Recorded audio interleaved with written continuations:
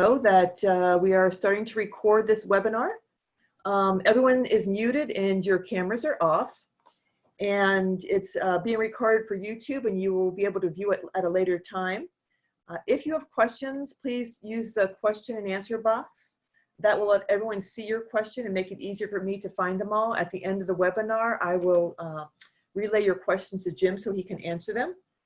Sometimes the questions get lost in chat, but I'll try and answer them whenever I see them at the end of the presentation. For your safety, you should only be able to see what I post in chat. And in case I missed a setting, don't click on any other links other than what I may post in the chat. For the housekeeping tips, these webinars are offered to the public for free. However, we do encourage you to consider a donation or membership. The more people we have attending, the more it costs us to run them. At the end of the webinar, you will be taken to a page with a bunch of resources of things you may be interested in, including our virtual tip jar. If you're enjoying these webinars, I encourage you to donate to help keep us running. This will also make you a member so you can join our wide variety of members only stuff. With that, there's some upcoming webinars that I want you to be aware of. On Thursday, I'm doing a webinar on the summer native plants. On Monday the 29th, the webinar is Common Invasive Species and What to Plant Instead. And on Tuesday, the webinar is Solutions for Water Problems, Rain Barrels, Rain Gardens, and More. July 9th is Bringing Butterflies to Your Yard, and on July 13th is Converting Your Lawn to Pollinator Habitat for Beginners.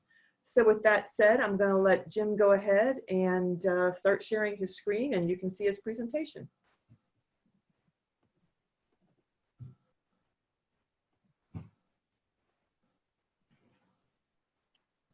All right, are we there? We're there. Go ahead.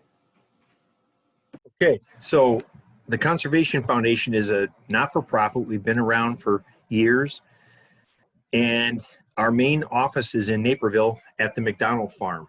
It's 60 acres permanently protected with a conservation easement, and as you can see here, the road would have gone right through the middle of the farm had it not been for the protection of the easement. So we have 49 acres that are in organic vegetables. We have butterfly gardens, solar panels, wind turbines, green roof, you name it. And I would welcome you to contact me at the end of the program. There'll be information how to contact us to come out to the farm. Bring a group or your family and see some of these native plants I'm going to talk about, see some of these green infrastructure things and how you might want to implement them into your yard. Why I'm pushing this program is, as you can see in the second bullet, 95% of the property in Illinois is private property. So if we want our community to be nice, we have to understand that it's up to us to have a connection. So we want to work with everybody to not just the forest preserves are good open space. We want to have park districts and homeowners associations, everybody trying to get in on the idea of doing things more ecologically, eco-friendly, and benefit water and wildlife. In this book by Stephen Kellert, he explains how it's not that I'm a nature guy and you're listening to me. We all are nature people, and we're never going to be healthy, happy, unless we understand that and we stay a part of the environment. So here I'm hiking in the Appalachian Mountains or guiding my son to his first big fish. If I asked you about your favorite places in nature, you would tell me that you used to go to your grandpa's place, or when you look at how we are, people are surprised to hear that we're animals and that, you know, we are drawn to nature. We're drawn to water. We use plants, and people love to be in the garden club. So it isn't odd that you seem to feel better when you're outside. It's the normal thing.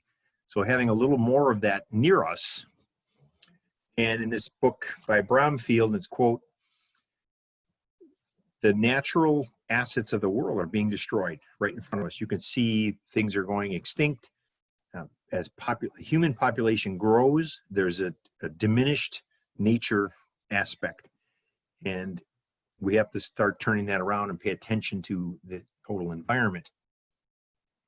So think about, here my daughter's dancing in the Mediterranean at 2 in the morning, my son and his best friend. Where are your happy places? And if your yard was a little more eco-friendly and you had birds and butterflies coming, wouldn't it be a little nicer? You don't have to get in your car necessarily and drive to the state park or the forest preserve. We could have a little bit of nature close to us. This is right at Lyman Woods in Downers Grove, but isn't this a pretty sight? And with the Conservation at Home program, we help you. So we have now 8 organizations running the program throughout the area, all the way through up into Wisconsin, parts of Michigan, all the way down to Southern Illinois. Some of the groups are working. And how would you implement these is a lot of the questions. So this is right in Glen Ellyn, and they have no front grass. The front yard is all native plantings. Now, you may not want to go this far, but the idea is that some people are, and they're very happy with their landscapes. You can't see the details here, but we have a website where you can look and see where all these properties are located. Each dot represents somebody doing more conservation efforts, and they're scattered around. We want to fill it in even more with people doing the right things and make a trend of it, make a movement. We also do them on non-residential properties. So if it's schools, churches, hospitals, corporate centers, you name it, we can implement these conservation practices. There's over 120 different business properties, non-residential ones, that are in our Conservation at Work program, including the picture here, which is the Shed Aquarium. So you can also increase the value of your property and the productivity. So in this picture on the left, you're looking at Monarda bee balm, and it's an attractant to bees, which would be there then to pollinate the pear tree that it's next to. Or in the other picture, right beyond the bridge, you see the pink flowers. That's swamp milkweed, and the monarchs use that. And again, bringing pollinators to the vegetable production area is going to help with the production of your tomatoes, peppers, other things like that. So you can add flowers and actually help your tomatoes. So with the park districts, there's a lot of land that the park districts own that is not appropriate for ball fields. And as the population is aging, we're now walking with our grandchildren or walking our dog. And to have these improvements implemented on our park areas, this one, I was standing on the bridge taking this picture, and I saw mink swim across the creek there. So you could see, instead if this just been a mud hole or a ditch where this creek was, you wouldn't have this habitat. Without the habitat, you're not going to have a place for that mink or a rabbit or squirrels to actually get away from the lawnmowers and have a place to live in your neighborhood. So this park site, you could see where the water was going to pool in this lower area. It was too muddy down there to mow across, and the tractor would get stuck in it, and it was ugly, grassless area. And we took that ditch, and we're now calling it a bioswale. So this swale now has habitat, and it's a place for crickets and toads and frogs to get away from the mower. It's not going to be a good place for a ball field anyway. So what would the use of this land be? And it makes much more sense to utilize water-loving plants in this low spot. So pretty simple things. I'm not going to tell you to rototill your whole yard. It's pay attention to the water. I can help you with drainage and getting your property to function again, better wildlife attraction, less chemicals, less grass perhaps, building healthier soils, and better tree selections. Where it starts is, I teach at COD and other places about reminding people that all the power, all the energy we get from the sun, the only thing that can convert that into food is plants. So the pyramid of food chain, plants are always at the bottom. They're essential for all life. Kind of repeat that. There is no life on this planet without plants. The water we drink, the air we breathe, the atmosphere, all this was created from plants taking in the sunlight, and through photosynthesis, they release oxygen and make a hospitable planet for us. So everything else functions off the plants. So kind of understanding that at the top there, I said plants are not just decorative, they are functioning, they're working in our landscapes. And have we chosen plants that are actually working, or do we fill our yards with decorative things? So in this picture, you're looking at a hummingbird. And if you don't have hummingbirds coming to your yard very often, it's because we haven't made a yard that's hospitable to hummingbirds. They're looking for food. They don't come for a cup of coffee or some cheesecake. They're coming to find food. Simply, they can scan your landscape and say, nothing for me here. And so you don't see them. If they're there, yesterday I was watching them on penstemon, and I'll show you some pictures of the penstemon a little bit later. This prairie dropseed is an interesting native plant. It's a short ball type clump plant, grass, and this one actually can eat gasoline and oil. So some of the things that they're doing in between, in the back of this Sporobolus, the dropseed, you're starting to see some little kind of orangish flower kind of ready to bloom. That is milkweed. And I'll show you more pictures of that butterfly milkweed in another picture, but showing how these plants can be put in tough areas like this, next to a sidewalk, between the sidewalk and a parking area. Very hot, dry areas, and there are plants that we can plant in there that look nice and still function. We're working with communities all over the county. This is just what we're doing in DuPage County, but you can see at the community level, some communities are more interested in doing conservation practices than others, but we work with them all. So here's the whole secret. These native plants have roots that are different. They're functioning plants, and we don't see the root system, so we don't appreciate it as much. On the left is grass, and I'll show you more about that in a minute. But what we have to think about here is evolution. The evolution of these plants is immense, as much as it is in animals. So we understand a turtle has a shell, a giraffe has this long neck, or a cheetah can catch the gazelle. So we understand evolution in the animal world, but do we really take it into effect how it works on plants? And the plants of Illinois have developed root systems. Some of them are going deeper than an oak tree. And they cast off about 25% of the root mass every year and improve the soil. All the rich topsoil we have in these cornfields was once a prairie. So the glacier didn't bring nice topsoil here. The prairie made the topsoil over thousands of years. So understanding we've lost a lot of this function in our yards, and this is what we need to think about, replacing it, solving some of the problems we've occurred by putting in the wrong plants. Here's a visualization of actually how big those root structures can be compared to our size, what would be below ground. You can see the ground level is 2 to 3 feet over where his head is. That would just be the ground level. So it's immense. And this is a picture I took this morning of a piece of ground that the people said that this floods every time it rains. Well, that's compacted clay.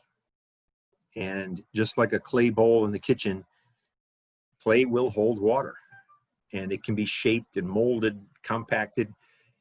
A lot of the areas that I'm going to visit are subdivisions. And the topsoil, the rich topsoil, was sold off when it was a farm. And you're given compacted clay with a couple of inches of poor soil over the top of it, which in this case, the soil was washed away in the water, rain. And that's a very difficult situation to plant in. Those plants that I showed you with the root systems, they're used to that. They will help improve that soil and break up the clay. So when I say poor, it means it's lacking. And mostly what it's lacking in is organic material to create a good balance. You can do things like add gypsum, would be one additive that you can do to help break up clay. The other thing would be to add organics back to the soil. So I would suggest you don't bag up your leaves and send them off to the community. You compost them. We have both tumbling composters and fixed composters you can buy from us or wherever you bought your composter. But the leaves and grass clippings, lettuce, all the vegetables you come from your home, all you have to do is trace back to where it came from. So could you put newspaper in there? Well, newspaper came from a tree. Tree is a natural source, so yes, newspaper could go in there. Can you put coffee grounds in there? Well, coffee beans came from a coffee plant. It's a plant object. Yes, it could go in there. So you can kind of figure out what you can throw in there. One thing that jumps out that you don't want to put in there is meat products, bones, and one odd thing that is good for there is eggshells. So the calcium from the eggshells is actually good for your compost bin. But putting that rich stuff back in the soil, improving our soils, and helping to create better soils for the planting beds that we use.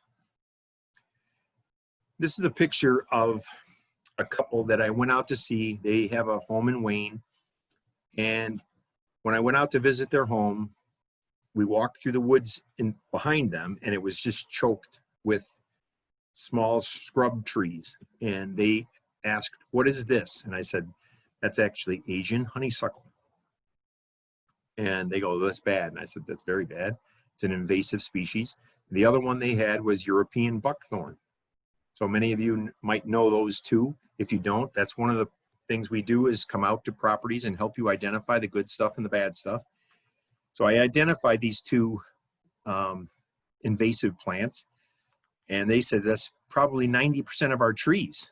And I said, well, true. They have behind them is shagbark hickory and oaks. And I explained to them that what their property was used to be called a savanna. And now it's choked with this invasive species. So it took about a year, and they called back and they said, "We're ready, we're done." And I said, "What do you mean you're done?" "Oh yeah, Doug was out there with a helmet and a flashlight at night, and he bought a weed eater with a cutting blade, and he just kept cutting and cutting and cutting." And they're in this picture, they're standing there happy with their conservation at home sign that they have earned. Well, I said to Carol, "Now the next thing you need to do is put out a bluebird house." And she said, "Jim, I've lived in this house for 17 years, never had a bluebird here. Not gonna happen." And I said, "Carol, you never had a savanna. Bluebirds love a savanna. Now you have a savanna." Well, no more than the words got out of my mouth, here comes the bluebird. And it flies in, lands on her horse fence, and hops around. And she said, "Did you have that in your car?" And I said, "No, I don't drive around with birds in my car." But you create the habitat, you have a chance. And we put up the bluebird houses, and down below you see the bluebird utilizing the house that we now put up. So the idea that if you build it, they will come, it works, trust me. As far as while we're on birds, the top right bird and the bottom left bird, invasive species. They're from Europe, they don't belong here. And these four birds, I'll talk more about geese later, but these four birds were 50% of the bird count in the last bird inventory that we had. So you can see that we don't have a lot of diversity, and partially because of the invasive species that are here and what we've done to the landscape. These are not the birds that you want in your yard. I can tell you, you're going to want these. But we do put out bird feeders for these, and this grouping will come for a snack periodically. On the bottom right, the hummingbird, we put out sugar water for them. It's not a real sustainable food for them, but they like it for a quick snack, similar to me drinking a Pepsi. You get a sugar high, they get some energy from the sugar, but it is not a sustainable food source. Even the seeds you put out for these birds, the suet for the woodpeckers, nice snack, good for them, but it is not their sustainable food source. The sustainable food source and source of protein is bugs. This grouping only eats bugs. They will switch in the summertime to some berries. You might get an oriole, top left, to come to your feeder if you put out an orange or grape jelly. Grape jelly is a sugar thing again, not sustainable. They eat bugs. And then they'll supplement with some berries from native species. The bugs are on the native species that we have. Illinois bugs bring Illinois birds. The Illinois plants bring the bugs bring the birds. And the whole ecosystem functions. If you don't have these pretty birds, a lot of the birds here eat nothing but bugs. Even the little wren in the bottom corner. You want a wren in your yard, you put up a wren house, but are we feeding them? We giving them something that they can eat? And they eat ants. Even the hummingbird, his main diet is ants. And they pick them, the wren especially picks it out of flower beds. So grass has no value for them. The bluebird and the kingbird, the warblers, almost eat 100% bugs. Some of the other birds will supplement, but without the bugs, you're not going to have these birds. So we've heard a lot about the monarch, but really what I'm telling you is it's the poster child for nature. So people don't like to hear about snakes and skunks and bees, but the ecosystem is the whole functioning thing. So we like to look at monarchs. We're going to build a butterfly garden, and the other pollinators come along for the ride. Pretty simple with all these things that we want to attract to our yards. It's food, water, and shelter. In the case of some of the things like these milkweed would provide something for the female to lay eggs. The male doesn't need milkweed, doesn't even want milkweed necessarily. Here they're feeding on the nectar of a blazing star. Here's the orange milkweed that I showed you in an earlier picture. So there are different types of milkweed. Your most common one would be the common milkweed that you've all seen. It's a tall milkweed that kind of falls over. You may not want it along your front sidewalk in your front yard, but this one will grow in a hot, dry area. It's absolutely beautiful. It's only about 18 to 24 inches tall. Very, very showy, and the monarchs still love it. This plant in the center there is the swamp milkweed. Pretty easy to grow. It'll grow in the water and dry. Nice thin leaves with a pretty pink flower. And you can see the monarch caterpillar right in the center. This picture was taken in downtown Lisle by the police station. The train goes by there, and it's a very built up commercial area, and yet we have monarchs that found it, laid their eggs on the milkweed, and continue their migration from this spot right in Lisle. So I want you to be able to look at landscapes and say, not only is this ugly, but it's non-functioning. It doesn't provide habitat for birds and butterflies. It's not feeding the poor. It's not doing anything. And when you visualize something, that could you visualize how we might change it to something else that would be more sustainable, long-term solution for these areas? So here this was at the Naperville municipal area, and we're able to build a path through it where people can identify the different plants. We put some signs out there, and you have a win-win situation. It's prettier, and it's still functioning.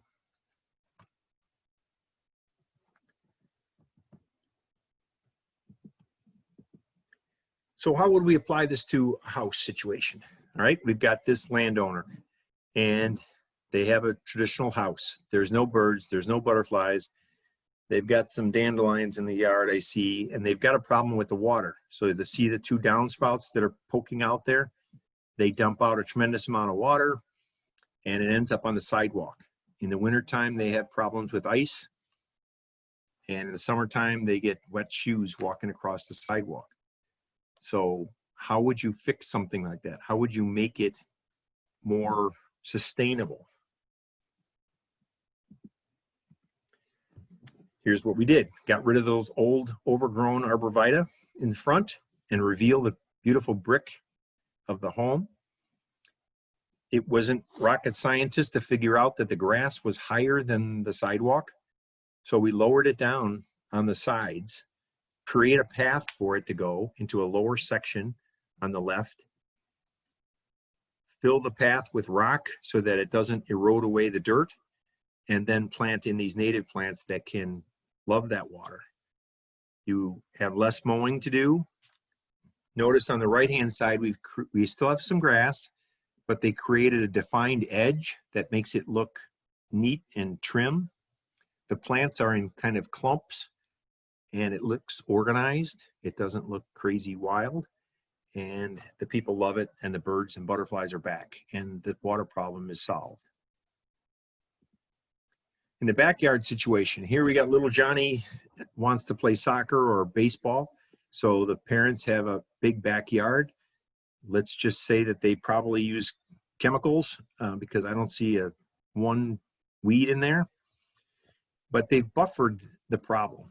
So the houses are always built up high, sloped away, and in the corner might be a drain head, but they've created a buffer of native plants on the outside. You're looking at coneflower, black-eyed Susans. I see obedient plant, big blue stem. That is a filtration area for the water to get absorbed and cleansed before it dumps into the drain. So these native plants, plants will grow on the bottom of the ocean and the top of the mountain. So when you say, well, my area is hot or wet or dry, or I can find things for anything. And we don't have to feed these plants very often, only water them right when you put them in the ground until they get established.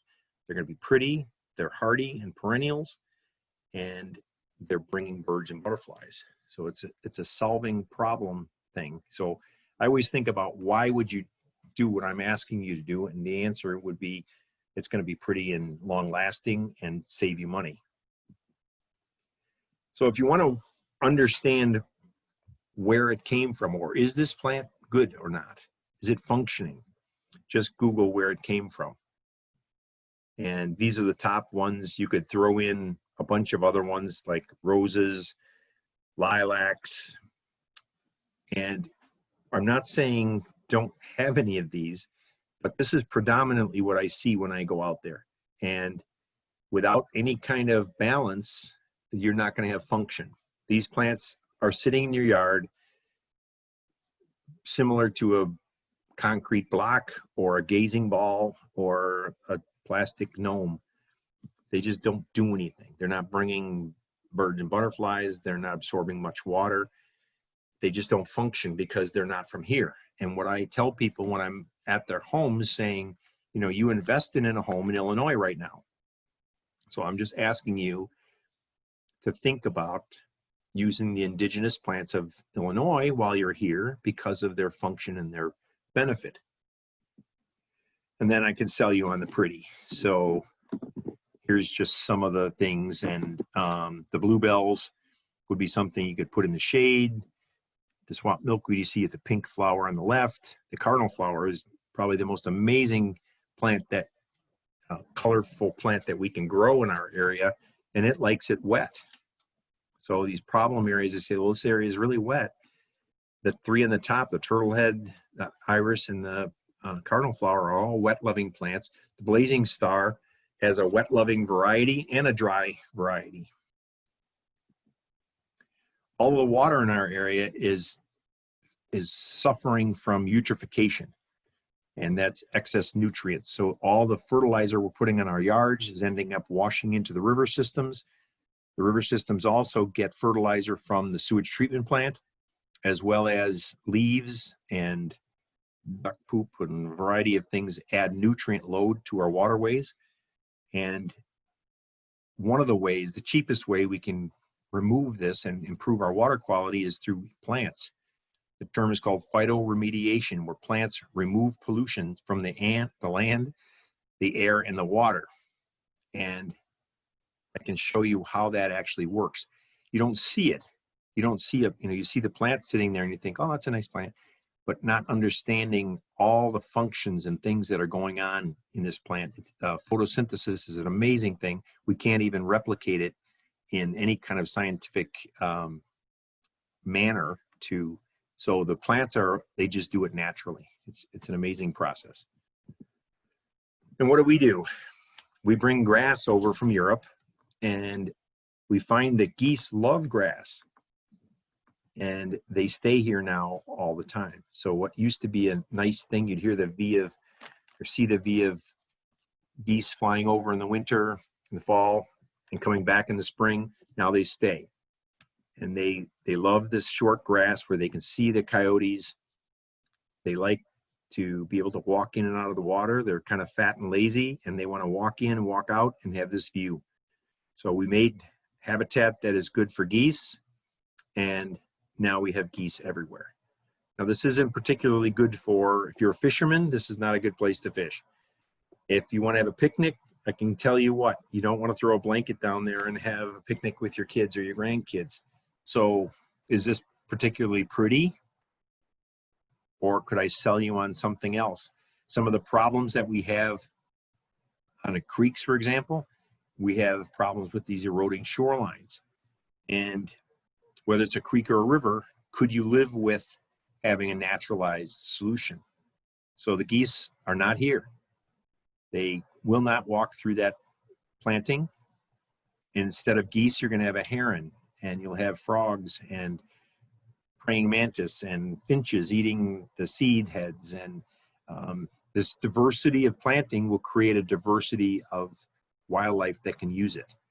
And I try to sell this to that home that you see sitting there. If you're looking out at this in your backyard, is this an acceptable choice? Or do you insist on having the turf grass with the geese? So with the grass, I used to sell fertilizer. The bag that you see on the upper right is typically a Scott's fertilizer, and it's heavily loaded with nitrogen. So the 3204 is a combination that you can buy in the bag. You can see it in every bag of fertilizer that you buy. Heavy loaded nitrogen, and nitrogen isn't even the best thing for your lawn.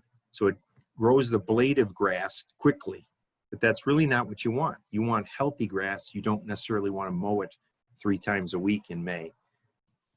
So what you bought was quick blade growth. And what you want is healthy root systems and healthy soil. We're being sold the wrong things for our lawn. A lot of that nitrogen cannot be used by the plant, and it washes off into the waterways, causing the problems I stated earlier. The other thing is we're covering the whole United States with grass. 39 of the 48 lower states are covered with grass. The states that you see in the center left that are not grass are mountainous states and not very populous states, or desert in the case of like Nevada and areas of Utah. So we just have this love of grass. And in Illinois, there's more grass than corn and soybean together. The grass is not productive. Last year, it was $40 billion in grass care, 20 million acres of a non-productive, it's not growing us broccoli or not making bananas for the poor. It's considered biologically dead. It doesn't support wildlife in Illinois or across the United States for that matter. We have to mow it and water it and take care of it. It was thought to be brought over at first by Thomas Jefferson, who brought it to Monticello, his home, and very costly, but he had a whole crew of people taking care of the lawn. It was considered a rich man's surface, so he could show people, you know, I have grass from Europe, and I don't care that it costs a lot of money because I'm rich. From that simple beginning, everybody wanted a little piece of that action, and now we have grass everywhere. But does it make a lot of sense? So left and right, one of them's browned out in a drought, The other one is in full bloom. There's that orange milkweed again. One's feeding the birds and butterflies. One's absorbing water. And one needs to be mowed every week. And what we choose to cover 39 of the lower 48 states, the one on the left, does that make sense? And as my salesman side would tell you, I'm trying to convince you of something that you probably felt wasn't right to begin with. We worked on a program when people said, well, I understand the grass isn't the best thing, but what would I put there? I don't want a prairie. So we came up with the concept of a meadow. So I even asked people, what do you think of when you think of the word meadow? The number one answer was Julie Andrews in The Sound of Music. It was actually an alpine meadow that she's singing in. But the idea is, if you had a shorter surface that was filled with flowers, would that be acceptable for a college campus and other areas? The one we have at the McDonald farm, if you come out to visit it, it's 25 feet wide, 1,400 lineal feet along the regional bike path. And we don't have to mow it but once a year. We burn it, and it's full of habitat, less maintenance. I've even sold it to the Toll Road Authority. So here, the front slope is to the right. That's mowed. I don't even really want that because it's broken car parts and salt. The back slope is being planted with natural plantings. That white is the penstemon I told you earlier that the hummingbirds love. And the water doesn't sit in that ditch because of those root structures. So we're not having mosquito larvae being maturing in that ditch area. And you can see how pretty it could be. And the maintenance is about 50% of a mowed area. So the tollway saves money on maintenance. And when they save money, they don't raise the toll rates. So it's good for all of us.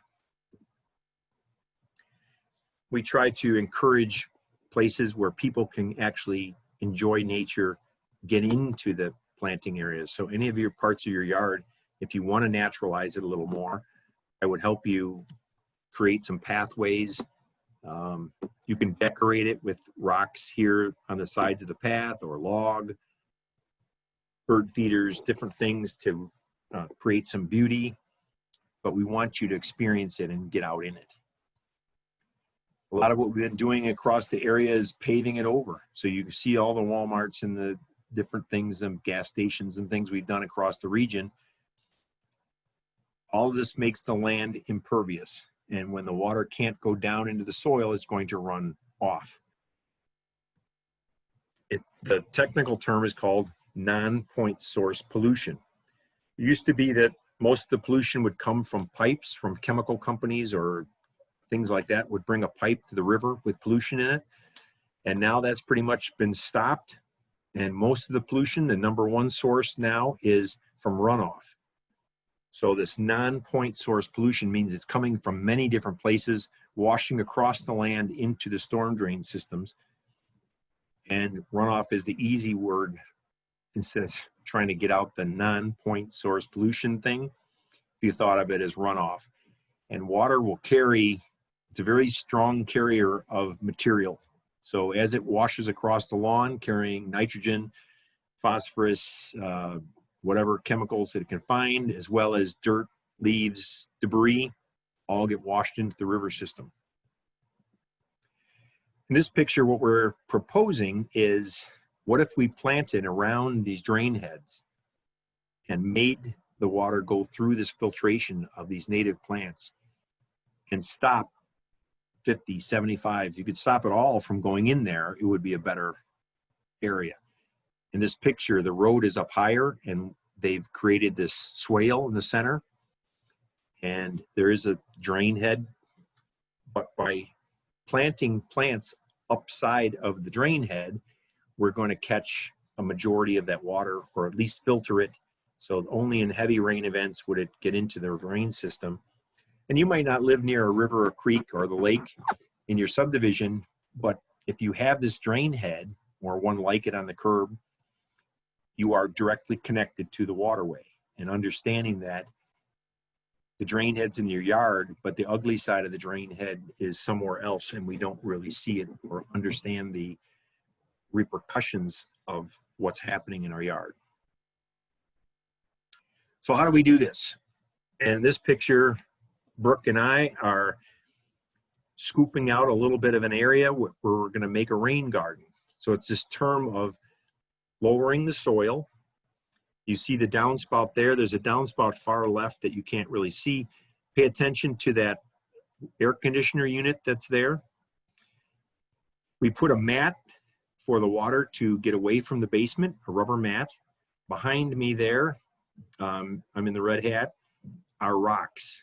And those rocks are going to go over that rubber mat and slow the water down so it trickles into this depressed area. The lower area that we're standing in is going to be water-loving plants. The upper area is going to be dry-loving plants that don't get advantage of that water. But we're not going to have to mow this area by the house. So here it is later. Notice the air conditioning unit is not visible behind that viburnum. Viburnums make nice shrubs. They flower in the spring. They have berries in the summer. The birds love the berries. So we're taking water from both downspouts, utilizing it into this rain garden. The white is the penstemon again that I showed you. So this, I can tell you that this picture was taken in probably May or early June. The blue is spiderwort, and the front slope, or right along the sidewalk here, are clumps of that prairie dropseed that I talked about earlier. So we're advocating catch the water, keep it on your property. Rain barrels are one beautiful way to do it. The water is better for your plants, better for your dog. It's great to wash your car. Your grandmother may have washed her hair with it. It's soft water, it's got minerals. But thinking about that water as an asset, not as a waste product. I do a lot of education about trees. Trees can be classified from the best to the worst. In our area, the oak tree is the #1 tree for value to the environment. They live 200-300 years. They feed over 500 different insects besides the acorns that they have that feed squirrels and deer and mice. And with Doug Tallamy wrote a book where you can actually list them as their environmental value. So we want to think about diversity. We have not planted enough oak, hickory, linden, birch. This grouping are ones that are not planted enough. We've overplanted ash, elm, maple, box elder, mulberry, honey locust, and Bradford pear is one that's going to be listed as an invasive species at some point. So honeysuckle and buckthorn I talked about earlier, they're on the bottom as far as they're actually invasive. So understanding what tree do we have. This morning, when subdivision I was in, they had a lot of silver maple, and they're not a bad tree, but they're everywhere and they get out of control. They're pretty brittle. So I had to talk to them about some of the trees that were hanging over the house could be even a danger, and they get to be giant trees. So that's what I do with conservation at home. I can help you. We have people, if it isn't if you're not in my territory, then I will connect you to somebody else. You can get my email and talk to me that way, or call. The idea is that you can implement some of these things. It's not that difficult, and you have help to do it. If you wanted to get involved in the program, it's kind of like a club. And we trade plants, we show pictures of things that have come up in your yard. There's a lot of benefit from it, and it's only $50. So you get a membership to the Conservation Foundation in addition, and all this mentoring and help that you get. But even that, you don't have to pay anything to get help. So we help everybody. It's just the people that want more and to get in the club. You're welcome to contact us about getting your yard certified or moving along the the way that it works. Let me see if I can find that last slide.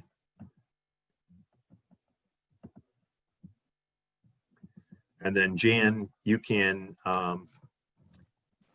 see if there are pictures, or I mean questions coming in. Great. I do have a couple questions, Jim. The first one's from Lily. She was asking, what type of compost bin was that you were showing? The one that I showed is called an earth machine.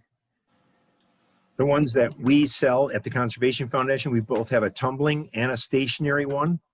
Ours are made out of the same material as the rain barrels, so they look a little different. But the earth machine is the one that I showed. Okay. And the next question is from, says live in Cook County. So I'm guessing they're asking where they should go in Cook County for help. And I know we have a license with another, I think the Forest Preserver, someone has conservation home. I'll let you answer that. Yes, I think to make things simple, you can go onto our website, theconservationfoundation.org, and we have a chart there for Lake County, McHenry County, Will County. We do Will, Kane, Kendall, but there are people that you can contact on there, or you get a hold of me and I will post my email on there in just a second. Okay, while you're doing that, Jim, I have another question here from, again, says, why would I not want to plant milkweed near the sidewalk? Well, the common milkweed is the one that typically you didn't plant it, it just pops up there. And common milkweed will grow 5-6 feet tall, and it's not sturdy enough if it's just by itself to stand up, so it flops over. So I had it along my sidewalk, and my kids were screaming like, "Dad, don't touch the milkweed, it kills the monarchs if you cut it down, Dad." But it will actually block the sidewalk and cause problems. So I would suggest up near the sidewalk, you use that orange milkweed, the butterfly milkweed, very showy and it doesn't fall over. The common milkweed is better in the back of a bed or in the backyard, somewhere where it's not up by the sidewalk. Great. And the next question said, is there a good website that can give me a list of native plants? There's a bunch of them, and if you could either Google native plants of Illinois, or just go on to our website, theconservationfoundation.org, and look under conservation at home, and there's a series of plants for rain gardens, plants for sunny areas, plants for heavy clay, all of those things you can find. And also this Thursday, I'm going to be hosting a webinar on native plants that are the summer native plants that bloom during that period. So if you want to tune in for that, that's another way you can find out about some native plants. And I agree with Jim, the butterfly weed is a beautiful milkweed plant to plant. The next question is mulch recommended or necessary? Mulch. What I say about that is, a lot of times if it's front yard and you want it to be pretty, the mulch will decorate it up and it looks really nice. It isn't absolutely necessary, no. Is it recommended? That can go back and forth. The best kind of mulch I would recommend would be leaf mulch. So you can buy leaf mulch or create your own through like compost. That type of mulch actually is going to enrich the soil. The wood chips aren't necessarily a great thing, but they really do dress up a bed. So if you want to keep weeds down, a lot of times when we're planting our native plants, we'll put newspaper around the plants we plug in and then cover them with some type of mulch. But it is not absolutely necessary. It's a matter of keeping the weeds down and maybe making it look prettier if it's a front yard situation. And also to address the mulch question, we use a shredded hardwood bark, which is really dark.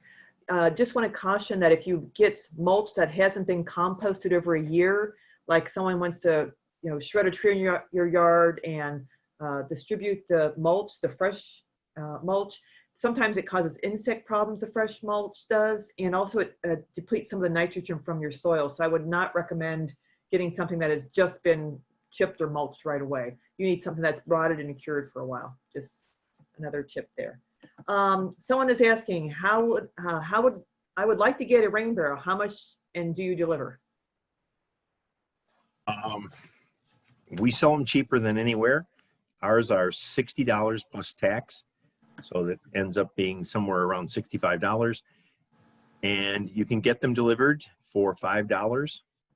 If you're not too far from Naperville, you can come and pick them up at the farm in Naperville. Hope that answers your question. And I don't want to get out and change my PowerPoint, Jan, but if you could post in the notes That's what I was thinking. my email. Yeah. So anybody wants to, my email or my phone number is 630-428-4500, and my extension is 115. Yeah, I can post that for you. And also, Okay, next question is, do you recommend manual watering of native plant gardens with coneflower, black-eyed Susan, etc.? If so, how much water does it need on a weekly basis? I only would recommend watering until they get established. So the first season, when it doesn't rain, so like, you know, if you put them in today, you'd have to water them until it rains next. So getting them established, after that first year, you don't have to water them at all. Okay. The next one, will the webinar recording be available on YouTube? Yes, it will. I'll answer that one. Can you go over the plants at the drain head? I have big ones in my yard. So if someone wants to know about the drain heads in their, what plants should they plant for that? We have a list for rain gardens. The only thing I would mention, like this morning when I went out,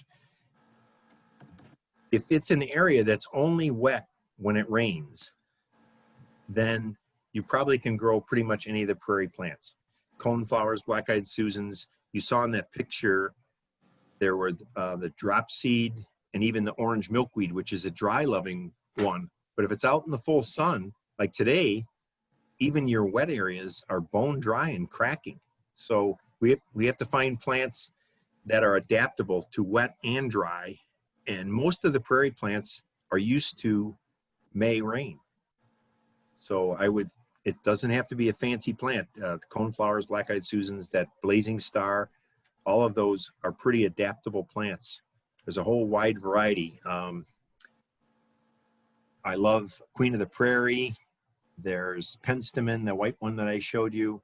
A lot of those plants would be wonderful for these partially wet areas. The next question said, why did that couple remove invasives at night? He was cutting all day and night. There isn't any advantage of cutting at night, but that's how long he would work on a day when it would get dark and he had to work into the night to try to cut all that stuff down. Okay. Someone asked, where do I sign up for Thursday? If you go to our Facebook site, there's a link there for the webinar that's on Thursday, and I'm trying to figure out how to actually post it on here too. Oh, again, another request for the sign up for Thursday. I'll try and get that on here. Then what about mushroom compost? Someone asked. Mushroom compost is horse manure. And they've used the horse manure, the fresh horse manure, to grow mushrooms in it. And that has seasoned the horse manure so it's not as hot. But so it's a composted horse manure. So it's very good for fertilizer. But a lot of the native stuff, you don't have to particularly feed them. They are used to poor soil, nobody babying them, taking care of them. So if your soil is, fair to poor, putting the natives in there should be fine by itself. You don't have to do a lot of amending. Someone asked, like the couple you showed that have cleared out the they have cleared out their overgrown 1.8 acres of buckthorn, leaving hickories, catalpa, and walnut. Their plan is to put in some swales to manage the flow of water. And the plan is to put in native trees and shrubs. The ground is clay and has been recommended to get cow manure from local farm to amend it. What do you think of cow manure? Cow manure is fine. It's very rich. So you could add, there are some other things that would be less costly, like leaf compost. If you can get the leaves from the neighbors or the leaves that fall from the tree, just keep all the organic material. You don't need trailer loads of manure, which is rich, very rich fertilizer. But it's certainly a small amount of that mixed into the soil would be good. Okay. Next question. Do you recommend to have soil tested? If so, where would you suggest that I have it done? If you were doing a vegetable garden, I think I would go ahead with a soil test. The rest of the areas, I think it's another step that you don't necessarily need.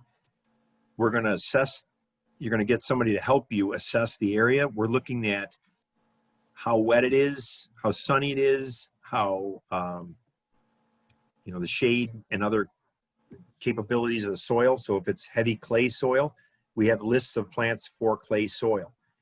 So it isn't that odd. We don't have like 50 different kinds of soils here.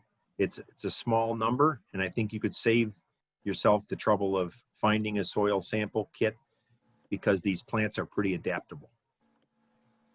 And as far as soil testing locations, the Illinois Extension Agency, I believe, does soil testing. If you sent soil samples in as a resident, they do soil testing there.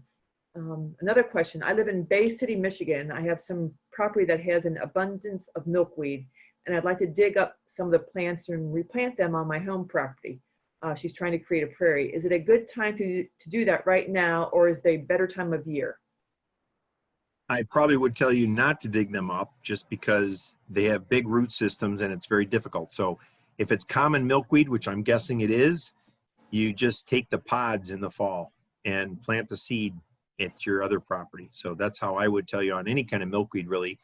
Even the orange milkweed that I showed you, or the swamp milkweed with the pink flower, they have seed pods that are easily collected in the fall when they turn brown, and they'll start to crack open a little bit. Just take the mature seed pods to your new location. The next question is, I don't have a lot of sun for a composter. Will part shade work and heat it up enough? Yes, it will work. It just takes a little bit longer. So you can see that if the composter is in a dark color, it collects the heat a little bit more. Turn it more often would be another thing to speed it up, but the sun speeds it up is the main thing. And if you don't have a lot of sun, then it just will take longer. So you don't need it. If you're just using leaves and things like that, you don't even need a fancy composter. That, leaves can be just put in a fenced area or a three-sided container made out of pallets. The idea behind the composter, if you're throwing lettuce and tomatoes and things like that, you might attract a raccoon. So having a container that's closed for your kitchen scraps would be a good idea. But leaves and other debris like that, you don't even need in a container. Okay. Next question is it safe to use captured roof rainwater on vegetables? If not, is there a way to filter it to make it safe on the veggies in the garden? I've been told to use it only on flowers. There's a debate, and you could read things online that says that's fine, and you read another one that says don't do it. I have not seen a problem. Each roof is different, so there is no straight out answer. My roof is different than your roof. How old it is, how much debris is coming off of it. Typically, I have not found that there are noxious chemicals coming off of a roof. They're not made of asphalt. So I have not seen that it's a problem. I use a lot of rainwater on my vegetables and have not seen any issues on mine. But we don't tell people to drink it. And certainly if you used it on your flower beds, there would be no adverse effect. Okay, answered that one. It says, oh, someone's asking about trying to get on the webinar. They don't see it on our Facebook posts. So I will put my email in the chat talk. And if you want to email me, I'll send you the link to sign up for the webinar that's on Thursday about native plants. We could also, we have their email. We could send out that link True, directly. I can do it too. I can send out all the information. And then any recommendation for composting on an apartment porch that is very shady? I probably, if you were in an apartment, I would see if your community has like composting that they can, you can do group composting. Otherwise, I use it on a, my mother lives in a smaller area and she uses a 5-gallon pail. And just like if you go to any hardware store, you get a 5-gallon pail with a snap lid. You put all your clippings in the 5-gallon bucket, snap the lid, and it starts to break down in the bucket, but then you can carry the bucket down to where you could bury it in the soil. So another way of composting things, if you don't have the time to let it go fully composting, you can bury it. So you dig a hole, put the contents of the bucket in a hole and cover it with dirt, and it will continue to compost and the worms get at it and everything else. So if you're in an apartment, it'd be very difficult to do full composting. So I think I would tell you to carry your materials down to somebody that was on ground level and utilize the compost there. Okay. There was a question that was in the chat I saw, and someone was asking about planting a shrub on the north side of the house. What type? Shade loving. So north side, you have to find things, and you could either Google it or go on our website. We have resources for all different types of things for, you know, deep in the woods or partial sun. There's choices for you. Okay, well, that looks like that's, I'm sending out my email address. I input it in the questions to send out to everyone. Oh, here's one more question. We're a little over the hour, so if you have to leave, we understand, but I'm going to answer the last question here. It says, can you plant any kind of flowers under pine trees? Yes. So again, you know, the short answer is something will grow anywhere. Under my pines, I have a variety of woodland plants. I have jack-in-the-pulpit. I have bloodroot. I have trillium, and there's a lot of things that can take that acidic soil without any problems. The more cultivated ones, things like hydrangea works well by pines. Those are some suggestions. Great. So I just put my email on chat also, so that you can get that to sign up for the webinar on Thursday. And with that, let's see. I think that's all the questions. So thank you, Jim, very much. Okay. Oh, someone Very just good. asked, can you plant under a white birch bark? I guess it's under white birch bark. Sure. Any tree can be planted around. Birches aren't that densely shaded. So they tell you typically, and I didn't mention it before, but the tree people would like you to pull the grass away from the tree. So the more you love your tree, the better you'd get the grass away from the base. Pull it out 3 foot, 5 foot, 10 foot, a ring around the tree, and have it open so that the tree can get water and air transfer much better than grass. Then when it's open, you can put in, depending on the amount of shade, you'd pick the shade plants like wild geranium, wild phlox, the woodland phlox, and I have celandine poppy, and I have other beautiful shade plants. If there's sunny areas in the front, you can go back to your coneflowers and your sunny prairie area plants. Okay. Hope that helps. And Jan's going to put up my email and my office number, so if I can help you further, contact me. If you're not sure about what place to go, like Cook County or Lake County, contact me. I will directly send your information to the right people. Thank you. You're welcome. Thank you, Jim. And here is, I'm putting on chat right now, Jim's email address that you can contact him with any further questions or any help you can get. And with that, I'm going to stop the recording. And thank you everyone for participating. Have a good day.